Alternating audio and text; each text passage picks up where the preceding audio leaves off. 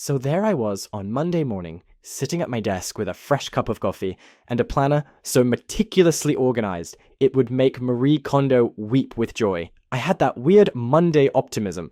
You know, the delusional state where you genuinely believe this week will be different from the 1,457 weeks before it. My day was mapped out in color-coded 30-minute blocks. Green for deep work, blue for emails, yellow for meetings, red for those quick calls that are never actually quick. I even drew little checkboxes next to each task because apparently I enjoy setting myself up for psychological torture. Fast forward to 3 p.m. My beautiful plan wasn't just dead, it was decomposing. A surprise Zoom call had nuked my morning. My inbox looked like it had been carpet bombed. And there I was, stress-eating pretzels while scrolling through Instagram photos of people who apparently have their lives together. Sound familiar? Or am I the only idiot who keeps falling for this productivity trap? Here's the thing that took me embarrassingly long to figure out. The problem wasn't me. It was my plan. And the way my brain is wired to absolutely hate that plan.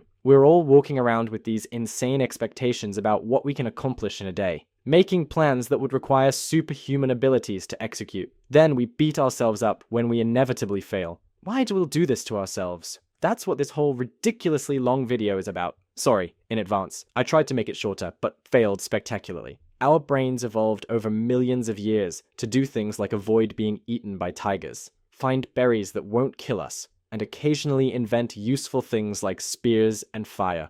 They did not evolve to process 147 emails before lunch, attend back-to-back Zoom meetings where everyone talks, but nobody says anything. Remember to post on LinkedIn because content is king or whatever. Juggle 19 different messaging apps. Deal with a boss who changes priorities like their outfits. This mismatch between our ancient brains and modern demands is the root of our productivity problems. It's like trying to run Cyberpunk 2077 on a calculator from 1995. Technically possible, but there's gonna be a lot of crashes and weird error messages. Meet Detective Reality, head of the Plan Police. He investigates cases where perfect plans have been brutally murdered by the harsh realities of actual life. I've seen this before, Detective Reality says, kneeling beside your shattered schedule. Classic case of over-planning syndrome. The victim never had a chance.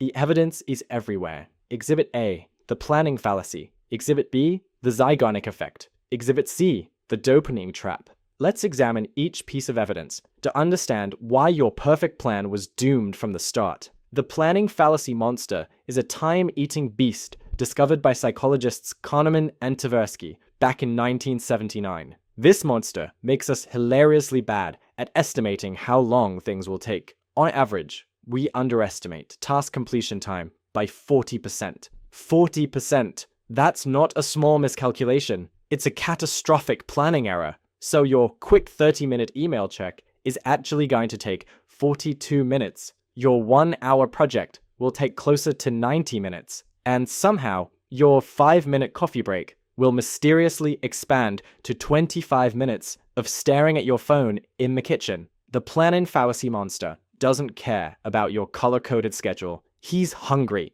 and your time estimates look delicious. The Zeigarnik effect zombies are the undead tasks that haunt your brain, named after psychologist Bloomer Zeigarnik. These zombies represent unfinished tasks that refuse to die. When you create a massive to-do list and inevitably don't complete it, those unfinished tasks don't just disappear, they follow you around, like zombies that want to eat your brain. They create mental tension that drains your cognitive resources and makes you feel like garbage. So that 20-item to-do list you made, it's not just sitting there on paper. It's actively sabotaging your mental processing power.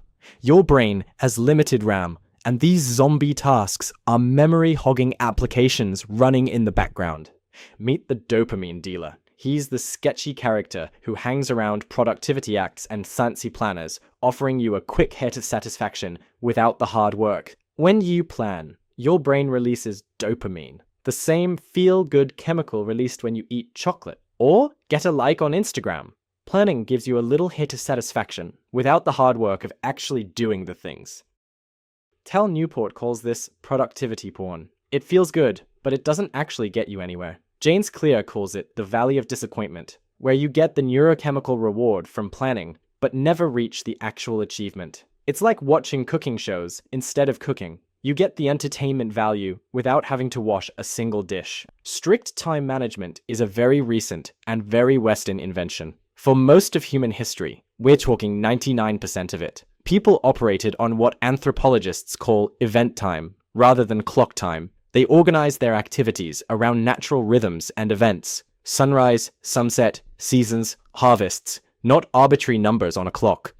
Hunter-gatherer societies didn't have Google Calendar. They had flexibility built into their days because survival required adaptation. If they found an unexpected food source, they changed plans. If weather shifted, they adjusted. Your ancestors would look at your rigid schedule and think you've lost your mind. Even today, many cultures operate on more flexible time concepts. In Mediterranean and Latin American cultures, time is often viewed as more fluid. Plans are guidelines, not commandments written in stone. Meanwhile, those of us in Western productivity-obsessed cultures are having panic attacks because a meeting ran 7 minutes over and now our entire day is ruined. What if I told you there's a completely different approach to daily planning, one that works with your brain instead of against it? I call it flexible productivity, but I could have called it planning for actual humans, or how to get stuff done without hating yourself. Flexible productivity is built around a simple idea. Your day should have a structure, not a straitjacket. It's like the difference between classical music and jazz. Classical music follows a rigid score where every note is predetermined. Jazz has structure and themes, but leaves room for improvisation and adaptation. Your day should be jazz, not classical music, unless you're a surgeon or air traffic controller, in which case, please stick to the classical approach. Nobody wants improvised surgery. When you approach your day with flexibility, you engage different neural networks than when you're rigidly focused. The brain's default mode network, DMN, sometimes called the imagination network, becomes more active during periods of less directed focus. This network is associated with creativity, problem solving, and making novel connections between ideas. By building flexibility into your day, you're actually giving your brain the space it needs to process information and generate insights. It's like giving your brain room to breathe instead of keeping it in a productivity chokehold all day. Remember those hunter-gatherer ancestors we talked about? Their survival depended on adaptability. If they were rigidly committed to today is berry picking day and then stumbled upon a herd of tasty animals, they'd starve out of commitment to their plan. That's obviously ridiculous. Adaptability isn't just nice to have, it's literally coded into our DNA as a survival mechanism. When you build flexibility into your day, you're honoring your brain's evolutionary wiring instead of fighting against it. So there we are, caught between our Stone Age brains and our Space Age schedules, desperately trying to cram modern life into ancient neural hardware. It's like trying to parallel park a woolly mammoth in downtown Manhattan. But wait! Before you throw your planner into the nearest fire and embrace chaos as your new productivity system, tempting, I know, there's actually hope for over-planning addicts like us. In part 2, we'll dive into the practical framework that might just save your sanity and your productivity. We'll explore how to work with your brain's quirky wiring instead of fighting it like it's your mortal enemy. So if you're tired of feeling like a productivity failure by 10:30 a.m. every day, stick around. Your future, less stressed self is already thanking you, though they're probably also wondering why you're still using that ridiculous productivity app that keeps sending passive-aggressive notifications. And hey, if this video made you feel seen in your planning dysfunction, maybe smash that like button. I'm not saying it will make you more productive, but it'll give you a tiny dopamine hit without the commitment of actually changing your habits. Plus, sharing might help that friend of yours who makes spreadsheets for their weekend relaxation time. You know exactly who I'm talking about. We all have that friend. Some of us are that friend. See you in part 2, where we'll turn this planning train wreck into something that actually works for humans with normal, imperfect brains. You know, maybe like yours, and definitely mine.